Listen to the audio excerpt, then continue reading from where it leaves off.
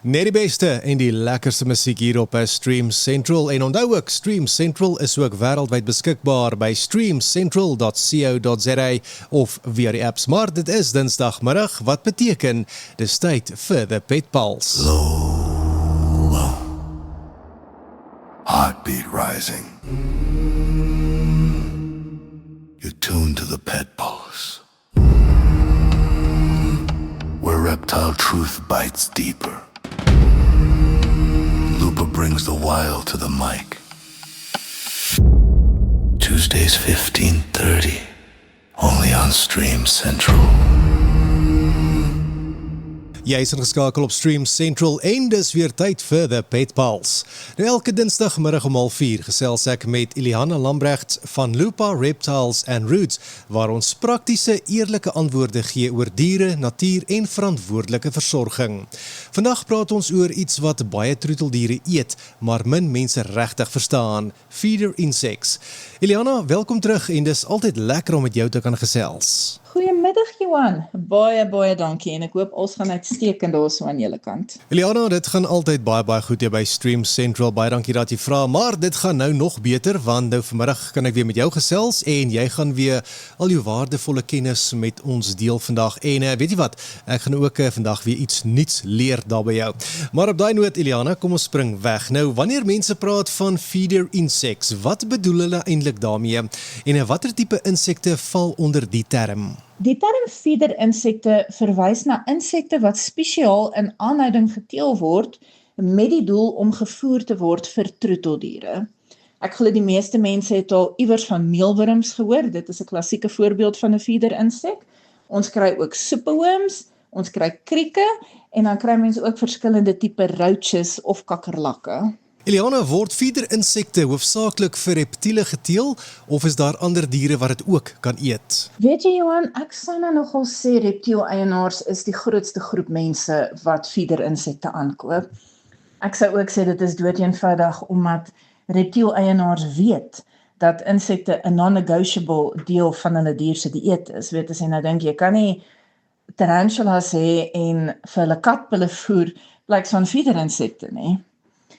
En met geckos en sulke tipe diere dieselfde, weet daar soos hier en daar 'n pogings tot 'n effense plaasvervanger vir insekproteïen wanneer jy dalk nie toegang het tot insekte nie, maar die ouetjies het regtig maar hulle insekte nodig. En interessant genoeg, daar is eintlik 'n hele klomp verskillende troeteldiere wat baat sal vind by so 'n bietjie insekte in hulle dieet. En baie keer besef mense nie eers dat hulle spesifieke troeteldier insekte kan of selfs sal wil eet nie. So daar is eintlik baie meer opportunity vir feeder insekte voer as net met reptiele. Vir watter tipe troeteldiere is feeder insekte geskik? Praat ons net van slange en akedisse of ook ander diere? As jy dier in die natuur toegang sou hê tot insekte en dit deel van sy dieet sou maak, dan is dit ietsie waarvoor jy definitief insekte kan voer. Mens moet nou net onthou, daar is baie verskillende tipes insekte, daar is verskillende sizes insekte. So mens wil net die tipe insek en die size van die insek en die tipe dier en die size van die dier reg opmatch. Weet, mens wil nou nie 'n yslike groot gogga gee vir 'n piepklein ou diertjie en dan verstik hy nou dalk of iets in daai lyn nie. So mens moet net onthou om dit reg op te match. Maar jy kan insekte gee vir jou aquariumvisse as ook jou damvisse. Natuurlik weer eens afhangend van die tipe visse. Jy kan dit gee vir 'n wye verskeidenheid voëls van budgies en lovebirds tot groot papegaaie. Jy kan dit gee vir vinkies en kwartels, natuurlik vir hoenders. Baie mense moet ek nogal sê is lief daarvoor om spesifiek vir hulle hoenders meelwurms aan te skaf. Hulle is absoluut mal daaroor vir al die kuikentjies en dan natuurlik die groter ouetjies ook, weet. Kalkoene gaan definitief nie nee sê nie. Poue gaan definitief nie nee sê nie. En dan is daar 'n paar diere wat mense nie altyd verwag sal selfs in die rigting van 'n insek kyk nie, en 'n goeie voorbeeld daarvan is 'n hamster. Weet, mense is so gewoond, jy gee hierdie ou saaitjies en goedjies, en eintlik in die natuur sou 'n hamster 'n groot verskeidenheid kosse eet, en as daar 'n goggaatjie rondhardloop en hy kry vir hom gevang, dan is die goggaatjie definitief lunch. So, hamsters het 'n groot voorliefde vir feeder insekte, dieselfde met rotte, dieselfde met muise. Natuurlik vir apies is dit 'n goeie opsie. En dan 'n paar ander goed ook, soos kom ons sê tenrecs en krimpvarkies, vir die ouens wat gelukkig genoeg is om hulle te mag ane, want ons hier onder in die Vrystaat mag mos nie. Baie mense neig om vir hulle net katpille te gee, want dit hou hulle aan die gang en dit hou hulle aan die lewe. Maar dit is so goed om vir daai ouetjies insekte saam te gee. Dit is wat hulle gemaak is om te eet. Dit is wat hulle in die natuur basies op sou leef, is insekte. So, weet, dit is altyd 'n goeie ding om 'n dier te voer, kom ons sê as nature intended. In aanhouding is dit natuurlik nie altyd moontlik nie, mense kry baie plaasvervangers, maar as jy 'n diertjie het wat in die natuur afhanklik sou wees van insekproteïen, oorweeg 'n bietjie om vir hulle insekte te gee. Eliana, vertel bietjie vir my, is feeder-insekte bedoel om die hoofdeel van 'n dier se dieet te wees, of is dit meer iets aanvullends soos 'n ekstra of 'n lekkerny? Dit gaan absoluut afhang van die tipe dier wat jy voer. As mens nou byvoorbeeld kyk na tarantulas, hulle gaan net insekte gevoer word. Daar's nie 'n plaasvervanger nie, mens kan nie vir hom druiwe aanbied nie, so hy gaan insekte eet. As jy verskillende tipes insekte kan aanbied, is dit 'n goeie ding, maar hy gaan net insekte eet. Dieselfde as ons kyk na leopard geckos. Hulle is eksklusief insekvreters en dit is wat hulle gaan eet. Dit is natuurlik goed as jy nie vir hulle net een tipe insek gee nie. So plaas van om die ouetjie te laat leef op net meelwurms, gee 'n bietjie soepeworms by, gee 'n bietjie krieke by, gee 'n bietjie roaches by, soveel verskeidenheid as moontlik. Dan as ons byvoorbeeld kyk na bearded dragons. Hatchling bearded dragons het baie insekte nodig. Maar soos wat hulle ouer word, behoort hulle minder insekte en meer plantmateriale te eet. So 'n volwasse bearded dragon, wat niks anders as insekte gevoer word nie, is nie goed vir hom nie. Hy het plantmateriale nodig, omtrent 3/4 van sy dieet behoort plantmateriale te wees en die res daarvan insekte. So in so 'n geval, weet, al wil hy net insekte eet, dit is nie goed vir hom. Jy weet, as iemand my toelaat, sal ek leef op chocolate koek, en dit gaan ook nie baie lank goed gaan met my in daai geval, nie. Jy weet, mens moenie vertrou met jou troeteldiere dat, ag, maar dit is wat hy wil hê, so dit is seker wat hy nodig het, nie, want hy het net agter die lekkerte aan. So, mens moenie dat hulle bederf raak op insekte, nie. En dan natuurlik ook gaan dit afhang van die tipe insek wat jy gee.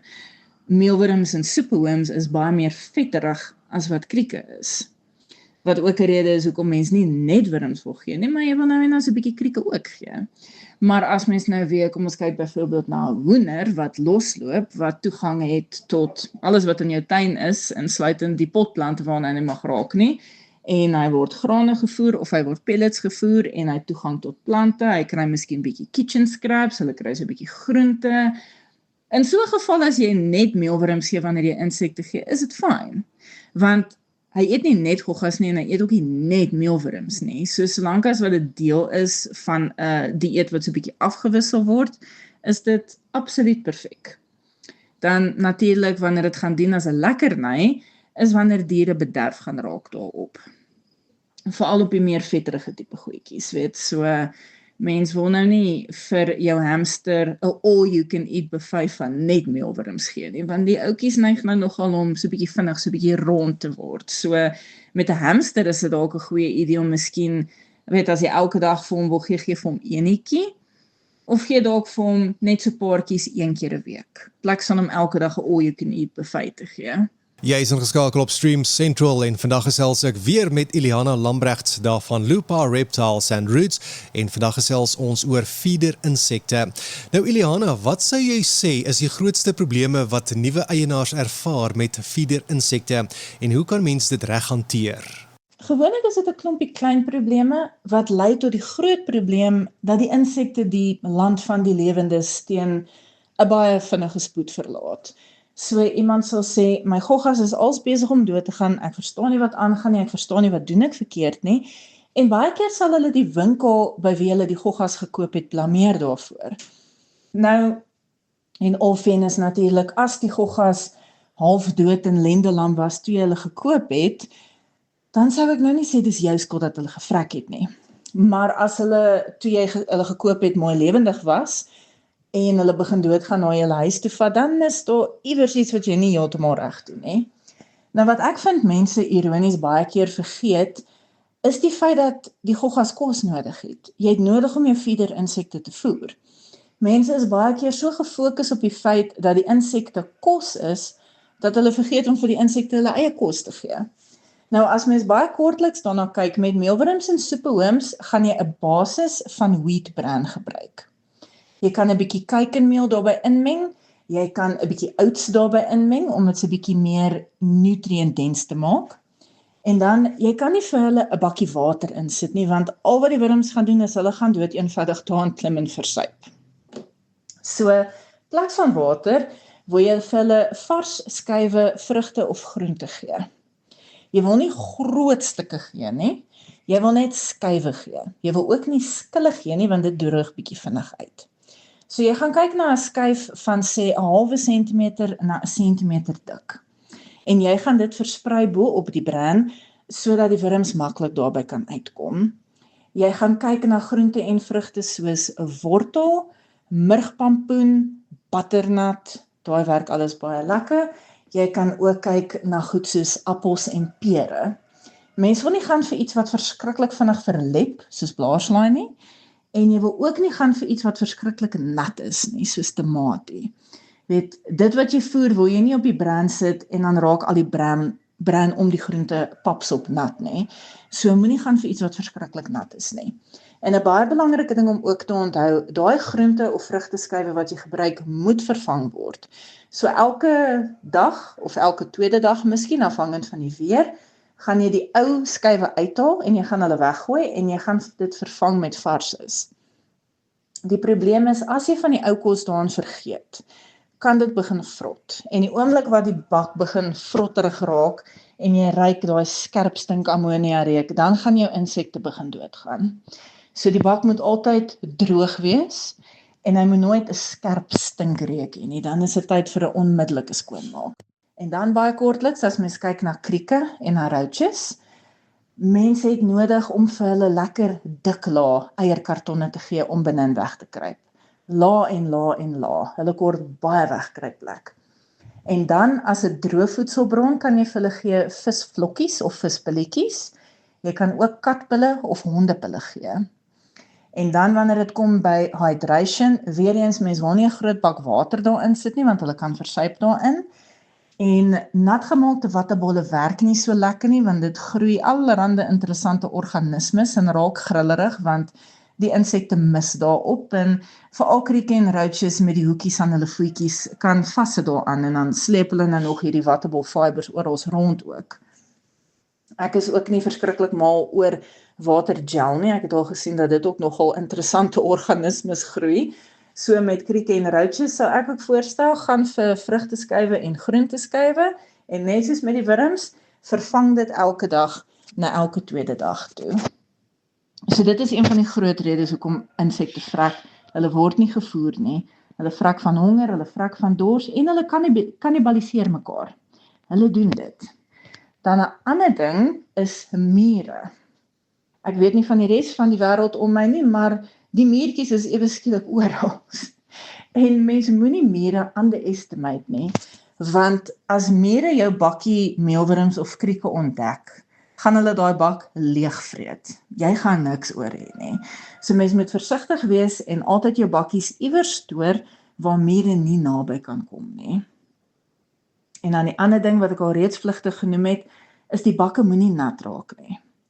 Die oomblik as daar kondensasie en 'n slegte reuk is, dan moet mens kyk na hoe jy voer en jy moet ook kyk na die ventilasie wat jy het, want te min ventilasie kan ook die bak laat opwasem en grillerig raak. So dan wil jy jou insekte skuif na 'n bak wat groter is en wat beter ventilasie bied.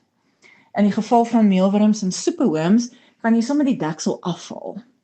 Hulle kan klim, maar net verskriklike growwe oppervlaktes. So die gladde rand van 'n plastiekbak, meelwurms en superworms kan nie daar uitklim nie. Mens moet nou natuurlik dan net ook die bak iewers sit waar jou kat of jou hond net dalk daarmee gaan speel en dit miskien gaan afgooi nie. En die ander ding is temperature extremes. Nou, meelwurms is redelik bestand teen die koue, weet, mens kan hulle selfs in die yskas stoor, as jy nie wil hê hulle moet so vinnig in papies verander nie. Soepelhoms hou nie van die koue nie, krieke hou nie van die koue nie, roaches is ou raai terug. Maar ek sou nooit voorstel dat jy jou insekte aanhou in 'n buitegebou sonder 'n ceiling of 'n garage of iets soos dit waar dit verskriklik warm of verskriklik koud raak nie. Hou hulle eerder binnenshuis. Ek weet dit voel nie altyd vir mense lekker om dit te doen nie, weet, maar stoor hulle daar iewers in 'n spaarkamer waar die temperatuur net relatief stabiel is. En onthou ook wanneer jy verder insekte koop, moet hulle nie in die kar los terwyl jy gou 'n hoompie breakfast gaan eet nie, want hulle gaan doodbraai in daai hitte. Dan dieselfde met koue. Krieke veral doen nie die koue nie. So wanneer dit winter is en dit is werklik koud, het jy nodig om vir hulle so klein bietjie supplementary hitte te gee deur die gewoonlik gebruik mens 'n klein heating pad. As jy iets het soos 'n bearded dragon waar die bokant van die kas warm word oor die heating lamps, dan kan jy selfs jou bakkie krieke daar bo op sit. Maar in die winter moet mense iets doen om hulle net 'n bietjie warmer te hou, sodat hulle nie doodgaan nie. En dieselfde met soepelhoms. Roaches is gewoonlik nie so sensitief vir die koue soos krieke nie, maar mense wil maar nog steeds kyk om hulle, soos ek sê nou nie, in 'n buitegebou te sit nie. Nou ons hoor gereeld mense praat van gut loading. Wat beteken dit en hoekom is dit so belangrik? Om insekte te gutload beteken om hulle goeie, gesonde, nutrient-rich kosse te voer voordat jy hulle voer vir jou troeteldiere. Op daardie manier is die insekte so gesond as wat hulle kan wees, want hulle is goed gevoer op goeie, ordentlike, gesonde kos. Nou, vir gutloading kry mens spesiaal geformuleerde pakkies wat jy kan koop om te voer, maar jy kan net sowel van die begin af jou insekte ordentlik voer. So fokus daarop om hulle goeie gesonde kosse te gee, soos wortel en soos pampoen. Jy weet, mense wil byvoorbeeld nie vir die ouetjies net 'n spok komkommer gee nie, want daar is maar minimaal voeding daarin. Dieselfde met blaarslaai. Mense wil hulle nou nie aan die lewe hou net op blaarslaai nie. So, as jy besig is om jou insekte goed en ordentlik te voer en hulle het daaglikse toegang tot kos, uitstekend. As jy insekte kry wat dalk 'n paar dae in shipping was, of wat miskien in 'n winkel was waar hulle nie gevoer is nie, is dit 'n goeie idee om vir so 'n dag of 2 daai insekte lekker vet te voer, voordat jy hulle begin gee vir jou troeteldiere. Iliana, party mense dink hulle kan sommer insekte uit die tuin vang en voer. Is dit veilig of kan dit probleme veroorsaak? Die veiligste is maar op die ou end om eerder net te bly by insekte wat spesiaal geteel word vir jou diere. Nou, iets is 'n hoender wat heeldag buite loop en skrop en weet nou 'n sprinkaan jaag en hom opvreet. Dit is iets anders. Hy is relatief baie gewoond. So, weet, jou leopard gecko wat in die huis in 'n kas is nou nie al hierdie dinge gewoond wat dalk buite in jou tuin is, nie. So, 'n gogga wat jy in jou tuin vang kan dalk parasiete hê en hy kon dalk selfs in kontak gekom het met gifstowwe. En onthou, al spuit jy nie gifstowwe in jou eie tuin nie, jou buurman doen dalk. So die sprinkaan wat jy nou spesiaal gevang het vir jou bearded dragon, het miskien 'n reën van gif bo oor hom gehad net voordat hy in jou erf geëindig het. So, omdat mens nie weet waarmee hulle dalk in kontak was nie, is dit beter om nie sulke goed in te bring en vir jou diere te voer nie. 'n Ander ding ook is, party insekte kan toksies wees. 'n Interessante voorbeeld, al is dit iets wat ons nie meer baie sien nie, is vuurvliegies. Vuurvliegies is ongelooflik gevaarlik vir klein diere soos leopard geckos of bearded dragons. Dit gaan basies 'n vuurvliegie kos en jou draak gaan dalk daai selfde dag nie meer in die land van die lewendes wees nie. Iliana, om af te sluit, word fieder-insekte soms ook as troeteldiere aangehou, soos byvoorbeeld sywurms, of is dit uitsonderlik? Weet jy Johan, interessant genoeg word sywurms eintlik ook gebruik as fieder-insekte. En in feite, sywurms word gesien as baie gesonde fieder-insekte, want hulle is lekker hoog in proteïen, hulle is laer in vet, en hulle is mos nou lekker sag en squishy, so hulle verteer verskriklik maklik. Maar daar is hier en daar mense, wie ek nou al beleef het, wie fieder-insekte aanhou as troeteldiere. Gewoonlik is dit maar 'n geval van, weet, ons steel hierdie goed want ons gebruik dit vir die hoenders, of ons verkoop dit vir so 'n bietjie ekstra geld. Maar veral as dit kom by roaches, hou party mense nogal daarvan om roaches aan te hou as troeteldiere. Ek het nou al roaches beleef wat ingerig is met babiepop meubels. En ek het nou al roaches wat ingerig is beleef dat dit lyk of hulle in Jurassic Park bly. En mens kry mos nou natuurlik daai groot Madagascan hissing roaches ook wat absoluut eislik is en eintlik redelike interessante troeteldiere maak. Hulle is low maintenance troeteldiere, hulle is maklike troeteldiere en dit is nou nogal redelik iets interessants. Party mense gaan mal daaroor wees en ander familielede gaan dalk nie by jou wil kuier nie, maar insekte, selfs feeder-insekte kan regtig nou nogal eintlik interessante troeteldiere maak. Nou Iliana, baie dankie vir jou tyd en vir die waardevolle inligting vandag. Ek dink ek het iets geleer oor feeder-insekte. Baie dankie vir die gesels, Johan, en ek hoop daar is iewers 'n luisteraar daar buite wat beplan om vanmiddag meelwurms te gaan aanskaf vir die kind se hamster. As jy vandag iets nuuts geleer het oor feeder-insekte en verantwoordelike voeding, onthou wat jou dier eet maak 'n reuse verskil aan sy gesondheid. Jy kan Lupa Reptiles and Roots op Facebook besoek vir nog wenke, raad en insigte. En onthou om volgende Dinsdag om 04:30 weer in te skakel vir The Pet Pulse net hier op Stream Central. Tot volgende keer, bly nuuskierig en onthou, sorg goed vir jou diere. Low, low. Heartbeat rising. You tune to the Pet Pulse, where reptile truth bites deeper. Lupa brings the wild to the mic. Tuesdays 15:30, only on Stream Central.